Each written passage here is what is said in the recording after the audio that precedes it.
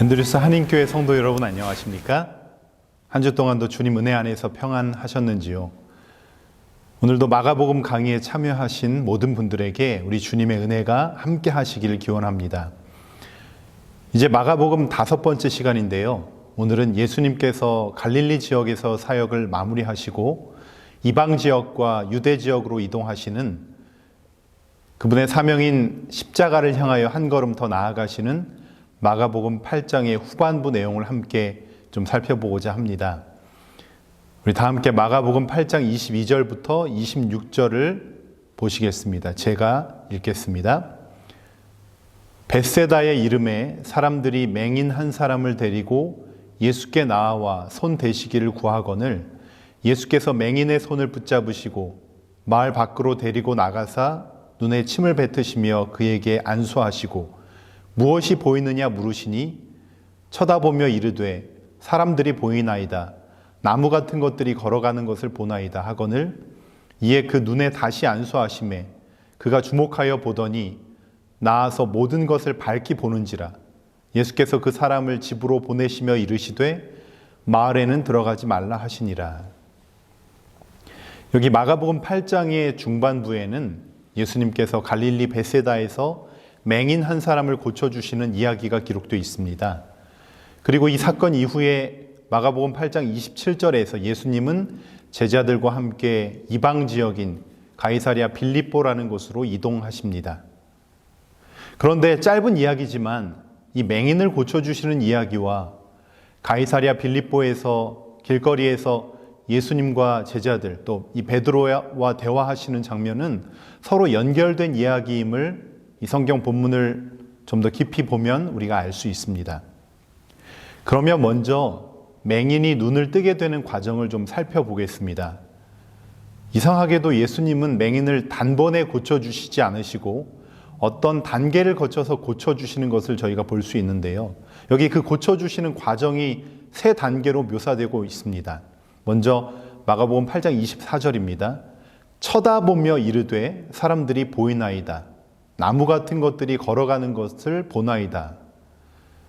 여기 예수님이 맹인에게 안수하시고 그에게 무엇이 보이냐고 물으시니 그가 쳐다봤다고 했습니다.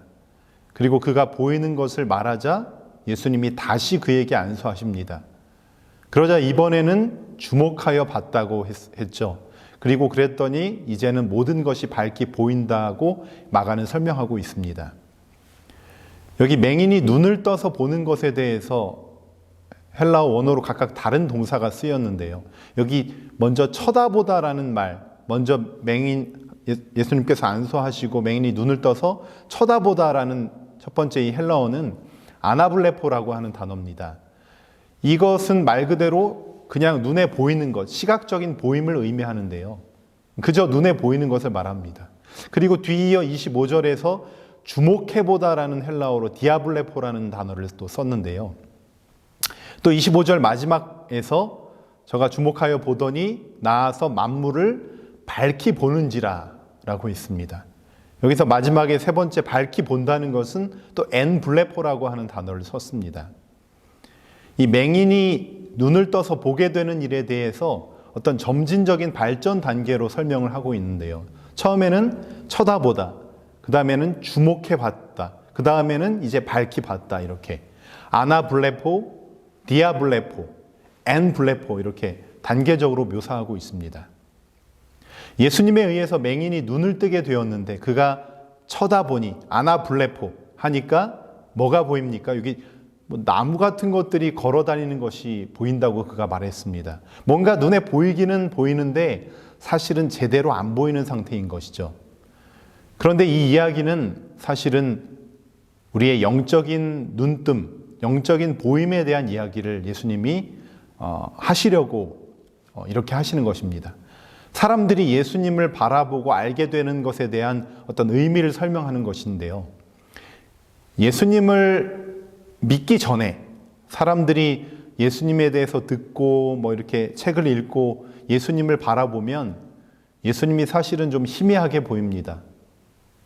예수님을 세계 3대 성인 중 한 명이라고 위대한 인류의 스승이라고 또 선을 베풀며 사람들에게 도덕적인 모본을 보인 위인이라고 마치 교과서에서 말하는 것처럼 그렇게 일반적으로 사람들이 예수님을 생각하는 것이죠. 공자나 맹자, 석가모니와 같은 좀 위대한 한 사람이라고 보는 것입니다.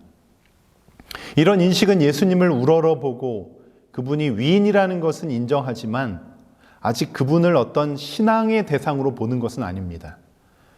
이런 차원이 아나블레포 차원이죠. 보기는 보는데 깊이 안 보고 그냥 흘끗 쳐다보는 것, 표면적으로 보는 것입니다. 그리고 마가복음 8장 25절에서 예수님은 이 맹인을 다시 안수해 주시죠. 그러니까 이제는 그가 주목하여 봅니다. 이 주목하여 보는 것이 아까 디아블레포라고 했는데요. 조금 더 깊이 꿰뚫어서 보는 것입니다. 깊이 관찰해 보는 것이죠. 그리고 나서 그 단계를 거치고 나니까 이제야 비로소 밝히 보게 되었다고 했습니다. 엔블레포. 진정한 눈이 떠진 것입니다. 이에 그 눈에 다시 안수하시매 저가 주목하여 보더니 나아서 만물을 밝히 보는지라. 우리가 예수님을 바라보는 것도 또 믿는 것도 비슷합니다. 저 같은 경우는 모태신앙이라서 어릴 적부터 예수님을 믿었다고 생각해 왔지만 지금 돌이켜보면 어릴 때부터 예수님을 통해서 또 교회를 통해서 어른들을 제가 바라보면서 알았던 예수님과 좀 더 성장해서 개인적으로 말씀을 통해서 예수님을 알게 된 과정들, 그리고 지금 예수님을 또 바라보고 이해하는 것이 다 동일하게 같지는 않습니다. 그렇다면 이 이야기가 그 뒤에 이어지는 예수님과 제자들, 특히 베드로와 예수님과의 그 대화에서 어떤 연관을 가지고 있을까요? 마가복음 8장 27절을 보겠습니다. 예수와 제자들이 가이사랴 빌립보 여러 마을로 나가실새 노중에서 제자들에게 물어 가라사대 사람들이 나를 누구라고 하느냐. 여기 예수님이 길에서 어떤 질문을 제자들에게 하셨습니까? 사람들이 나를 누구라고 하느냐. 여기 사람들은 누구를 말할까요? 일반적인 사람들. 여기 이 도시 가이사랴 빌립보, 가이사, 로마 황제 카이사르가 주인이라고 믿고 있는 그런 이방 지역 사람들, 그 앞에서 혹은 또 그 안에 또 유대 사람들도 섞여 있었습니다. 제자들이 사람들이 나를 누구나 하느냐고 예수님께서 물으시는 것에 대해서 이렇게 듣게 되었습니다. 예수님이 이 질문을 통해서 드러내고자 하시는 메시지가 무엇일까요? 제자들이 예수님께 대답합니다. 마가복음 8장 28절입니다.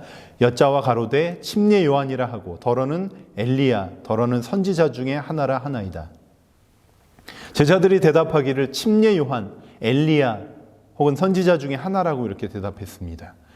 이 대답 속에 당시 일반적인 사람들이 예수님에 대해서 어떤 인식을 가지고 있었는지를 우리는 엿볼 수 있는데요. 좀 전에 설명드린 것처럼 맹인이 눈을 떠가는 과정도 한 번에 이루어지지 않고 점진적으로 되었습니다.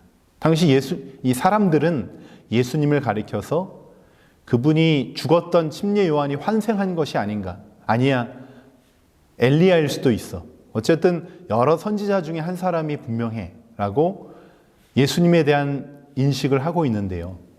이 인식이 정확한 것입니까? 그렇지 않습니다. 그들은 예수님에 대해서 뭔가 알려고는 하는데 정확히 모르고 있는 것이죠. 그러면 사람들이 엘리야를 언급하는 이유가 무엇일까요? 왜 갑자기 엘리야가 등장할까요? 우리 구약 성경 말라기 4장 5절부터 잠깐 보겠습니다. 말라기 4장 5절 6절에 보면 보라 여호와의 크고 두려운 날이 이르기 전에 내가 선지 엘리야를 너희에게 보내리니 그가 아비의 마음을 자녀에게로 돌이키게 하고 자녀들의 마음을 그들의 아비에게로 돌이키게 하리라.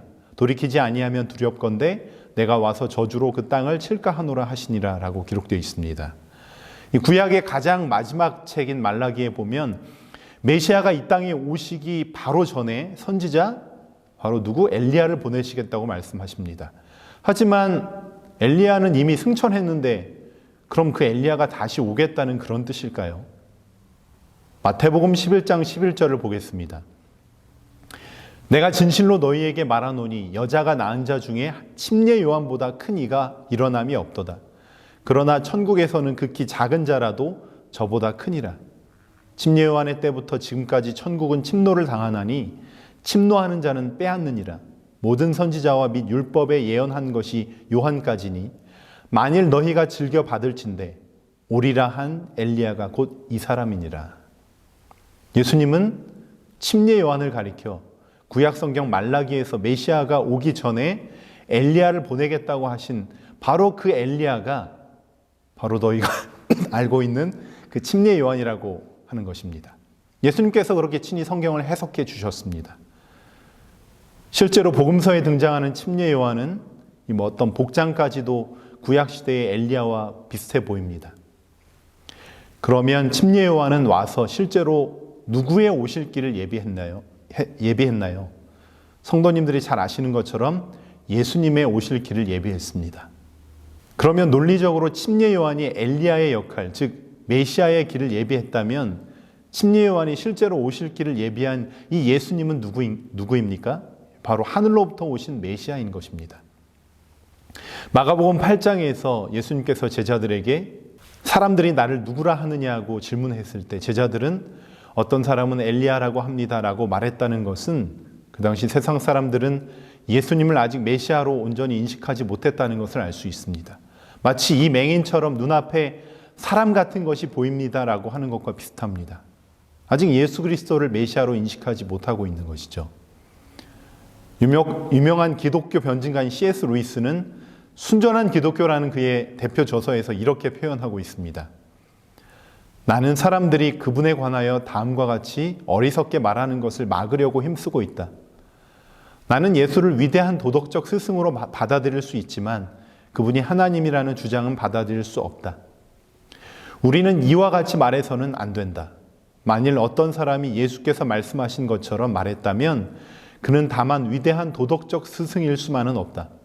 그는 분명히 미친 사람이거나 정말로 하나님의 아들일 것이다. 당신은 그를 바보로 취급하고 입을 다물게 하거나 또는 그분의 발 아래 엎드려 그분을 주님과 하나님으로 부를 수 있다.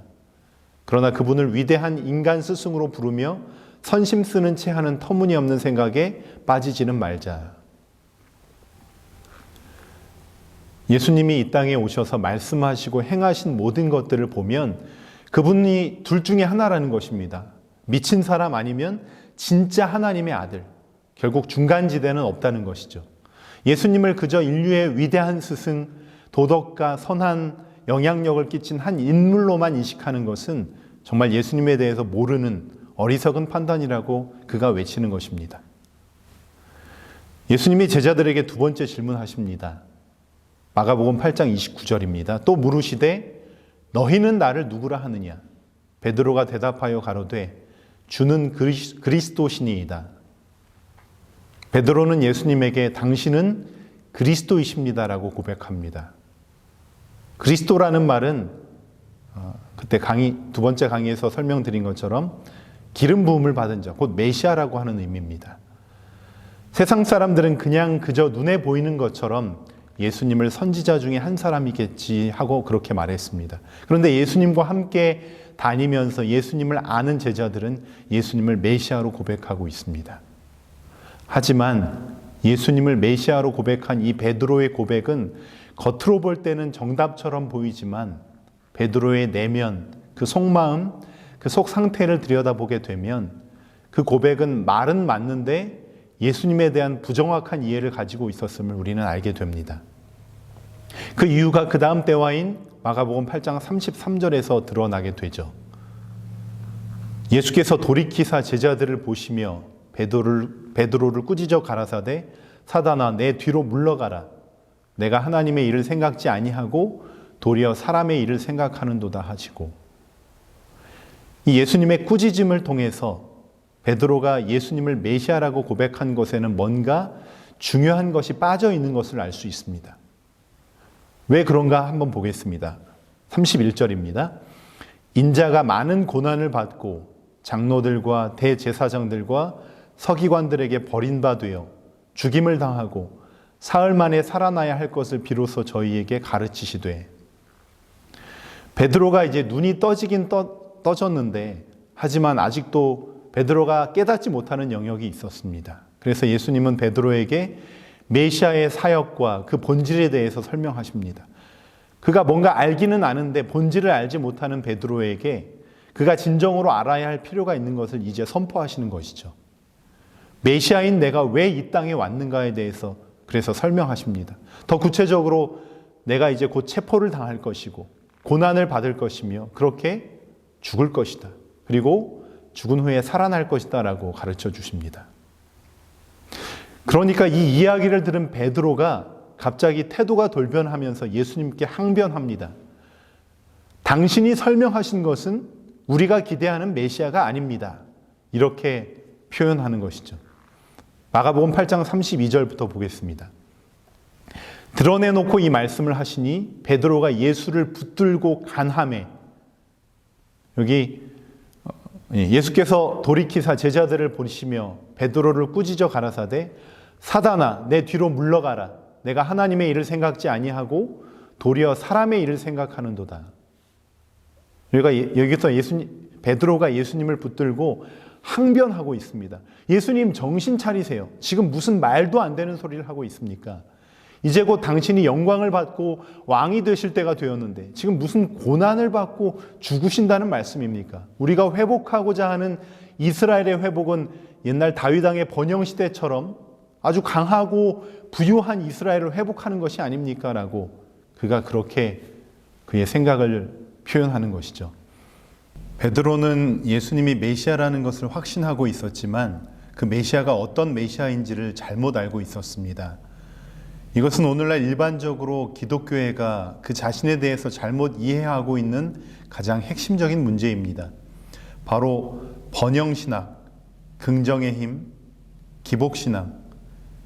그래서 이런 번영, 예수 믿으면 복받고 잘되고 하는 그런 가르침, 거기에만 집중된 가르침, 그런 기준에 맞지 않는 기별이나 운동은 참된 기독교가 아니라고 생각하는 것이죠.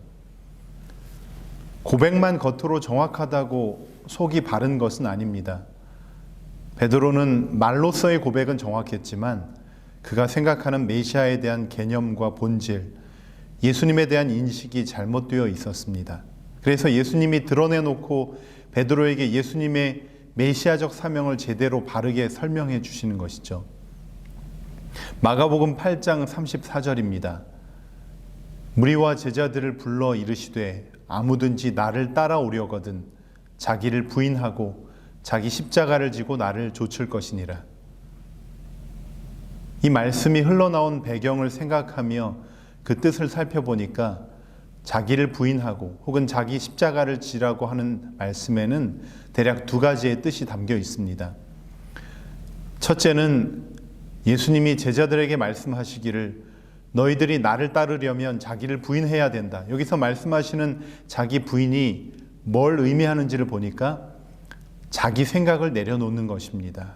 그리고 또 자기 생각에 몰두하게 만드는 자기 중심적인 태도를 내려놓는 것입니다. 이것이 자기를 부인하고의 본뜻입니다. 바로 앞에서 예수님께서 자신이 십자가를 지실 것을 예고하는 말씀에 항변하던 베드로를 책망하면서 주시는 말씀이 중요한데요. 8장 33절 말씀입니다. 내가 하나님의 일을 생각지 아니하고 도리어 사람의 일을 생각하는도다. 자기 부인의 삶이라고 하는 것은 자기 중심적인 생각, 이기적인 생각을 버리는 것. 이게 자기 중심의 생각을 버리는 자기를 부인하는 삶입니다. 그리고 그 자리에 무슨 생각을 채워 넣어야 할까요? 하나님의 뜻을 철저하게 살피고 하나님의 뜻을 생각하는 것입니다. 베드로가 자기 몸은 예수님을 따르고 있지만 여전히 그 내면에 자기 중심적인 생각, 이걸 버리지 못하고 있으므로 주님께 책망을 들었습니다. 사실 베드로의 입장에서는 많이 억울할 것 같습니다. 버리는 것과 관련해서 할 말이 그는 많은 사람이죠. 베드로야, 너가 버리지 못했구나, 이런 말씀을 하시면 베드로는 억울할 것입니다. 왜 그렇습니까? 베드로가 예수님을 만나고 나서 가장 먼저 한 것이 버린 것이거든요. 증거도 있습니다. 마가복음 1장 16절부터 18절입니다. 갈릴리 해변으로 지나가시다가 시몬과 그 형제 안드레가 바다에 금을 던지는 것을 보시니 저희는 어부라. 예수께서 가라사대 나를 따라오너라 내가 너희로 사람을 낚는 어부가 되게 하리라 하시니 곧 그물을 버려두고 쫓으니라. 예수님, 제가 뭘 안 버렸단 말입니까? 제가 주님을 따를 때 가장 먼저 한 것이 바로 그물을 버린 것 아닙니까? 그게 제 생업이었습니다. 그거 버리면 저 굶게 될지도 모르는데 그걸 버리는 결단을 내렸습니다. 베드로가 아마 이렇게 항변할 것입니다. 우리도 하나님의 진리와 그분의 사랑 앞에서 여러 가지 것들을 버렸죠. 하나님을 믿고 그 길을 따라간다고 여러 가지 형태의 것들을 내려놓았었습니다. 그런데 아직도 버리지 못한 것이 있음을 하나님께서 때때로 알려주십니다. 베드로처럼 눈에 보여지는 그물은 버렸지만 자기 안에 여전히 남아있는 자기 중심적인 생각과 태도, 이걸 아직 버리지 못한 것입니다. 하나님을 사랑한다고 그분을 따라간다고 하는 우리 자신의 모습에도 이러한 버리지 못한 생각과 태도가 여전히 강하게 버티고 있음을 보게 되는 것입니다.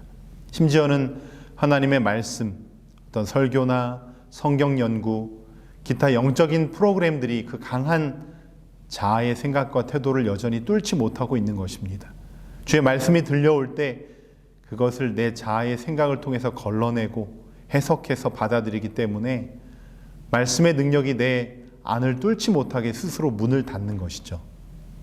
내 안에 쌓여지고 오랫동안 형성된 굳어진 생각과 태도의 틀을 우리 주님 예수님 앞에 내려놓고 버리는 작업이 바로 자아를 부인한다고 하는 뜻입니다. 사람들이 생각하는 공의의 잣대가 얼마나 자기 중심적인 것인지 모릅니다. 자기 성향이나 자기 기호에 가까우면 관대해지고 그 반대라고 생각되면 엄격해지고 비판적이 되는 우리 모습을 종종 발견하지 않습니까? 우리가 주님의 자녀들이지만 여전히 그런 연약한 모습들이 있는 것입니다. 그리고 때때로 자신의 생각을 주장하기 위하여 말씀을 혹은 예언의 신의 기별들을 인용하여 정당성을 부여합니다. 말씀의 문맥과 그 말씀이 가리키는 본질의 의미를 생각하지 않고 내 생각과 주장에 어울리는 말씀이나 예언의 신을 인용하면서 주님의 뜻을 논하는 것이죠.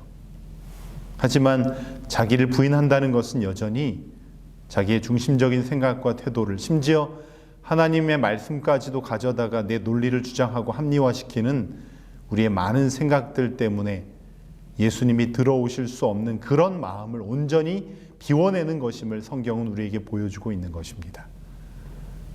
두 번째로 자기를 부인하고라는 뜻은 하나님을 전적으로 의지하는 태도를 말합니다.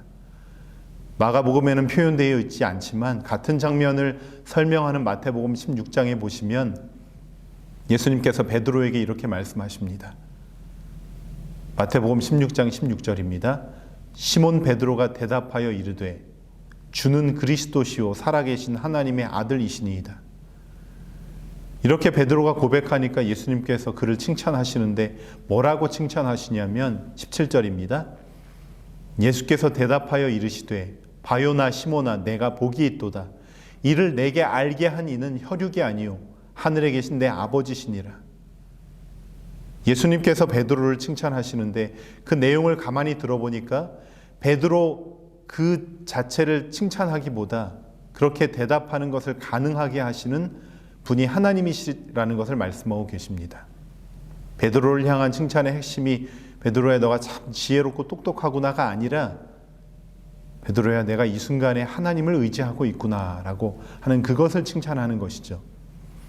베드로가 이 배경 안에서 한 가지는 칭찬을 받고 한 가지는 책망을 받았습니다.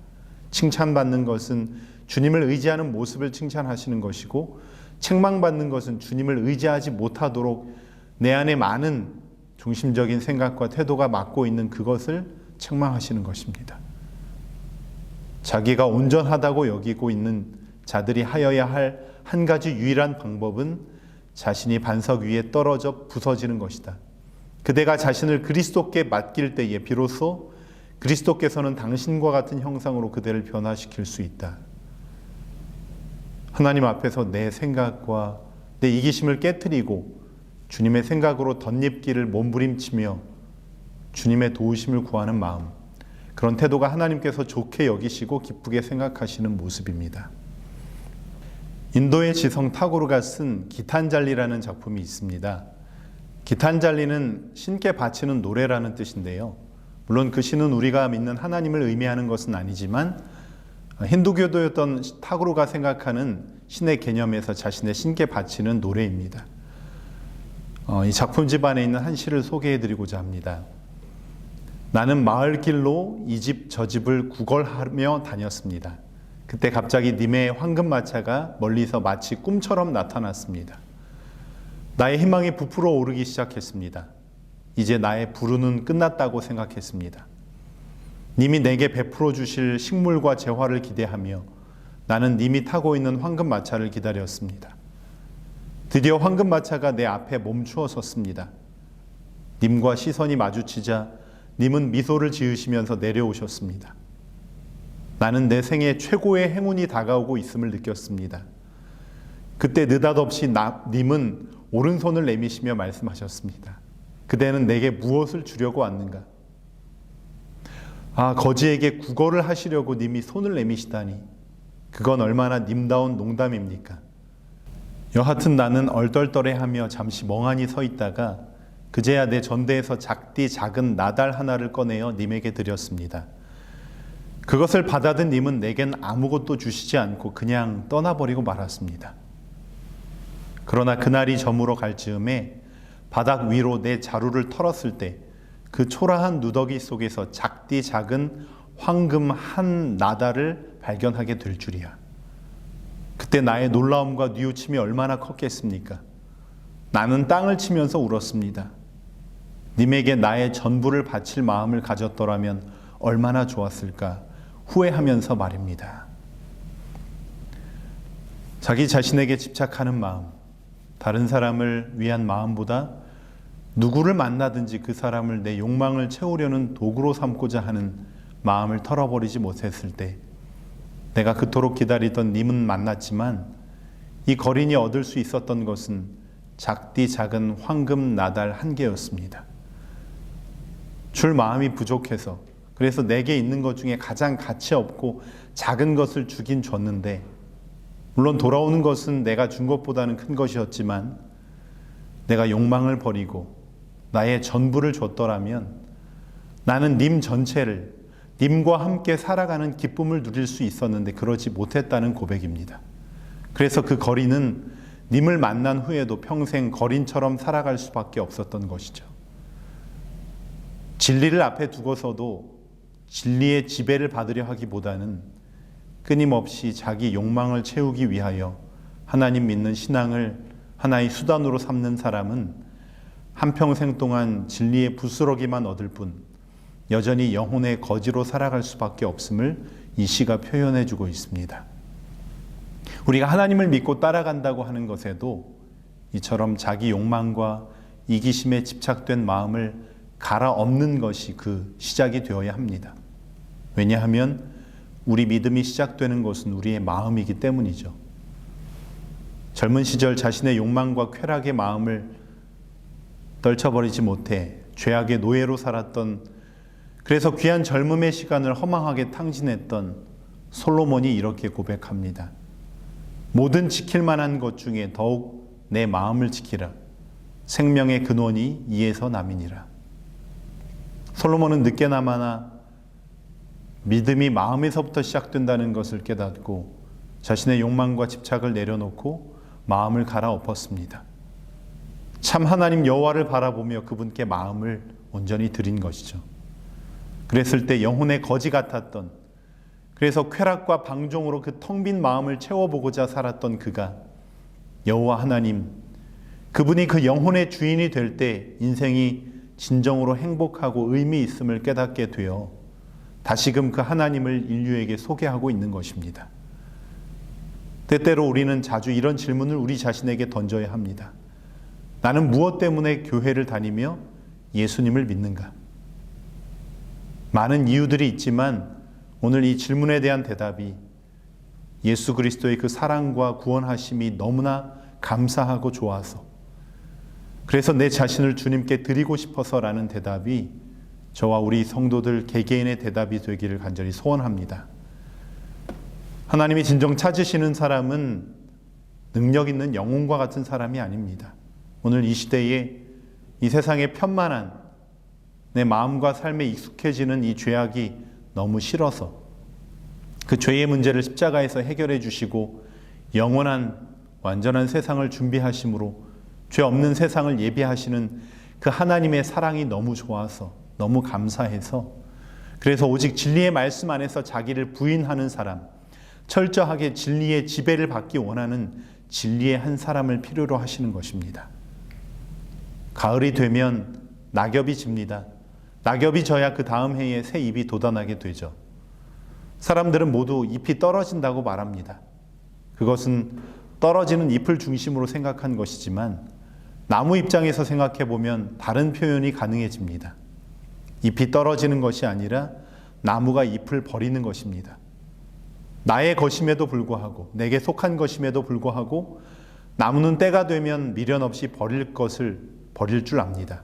그렇게 해서 그 다음 해에 더 충만한 생명으로 채워짐을 받는 것이죠. 우리는 살면서 늘 가다듬고 버리는 훈련 속에서 살아야 합니다. 모세는 미디안 광야에서 40년 동안이나 양치기를 하며 자신을 다듬고 부인하는 법을 배웠습니다. 그가 자기 관념과 인간적인 생각, 육신의 힘이 다 소진되었을 때 자신이 정말 약하고 무능하다고 느껴 울며 탄식하며 하나님 앞에 기도할 때 하나님께서 그에게 임하여 이스라엘을 구원하는 도구로 삼으셨습니다. 다윗이 혈기왕성하여 모든 것을 다 할 수 있어 보였지만 하나님은 10년 이상을 사울 왕의 칼을 피해 다니면서 자신을 다듬고 부인하는 법을 다윗에게 가르치셨습니다. 아직 남은 잠깐의 남은 인생을 위하여만이 아니라 영원한 하나님의 나라에서 하나님 나라 시민으로 살아갈 그 찬란한 미래를 위하여 우리는 또 다듬어지고 버리는 훈련을 받아야 합니다. 다른 사람을 더 넉넉하게 품어주고 진리이신 하나님과 함께 걸어온 이 아름다운 인생의 향기를 풍기며 후세대들에게 아름다운 신앙의 유산을 물려주기 위해서는 오늘 우리는 여전히 오늘의 믿음의 훈련을 받아들이며 깎이고 다듬어지고 내어버림으로 주님의 향기를 전하는 걸음을 걸어야 합니다. 우리가 우리 자신을 비울 때 그 빈 마음 속에 우리 주님께서 함께 하셔서 역사하셔서 마침내 이를 이루실 것을 믿고 받아들이시는 저와 여러분이 되시기를 간절히 바랍니다. 오늘 내 마음을 채우고 있는 것은 과연 무엇인지 생각해 보는 가운데 우리 영혼의 참된 주인 되시고 우리를 진정한 기쁨으로 인도하실 예수님을 우리 마음에 초청하는 저와 믿음의 우리 앤드루스 성도들 되시기를 간절히 바라면서 마가복음 5번째 말씀을 마치겠습니다. 감사합니다.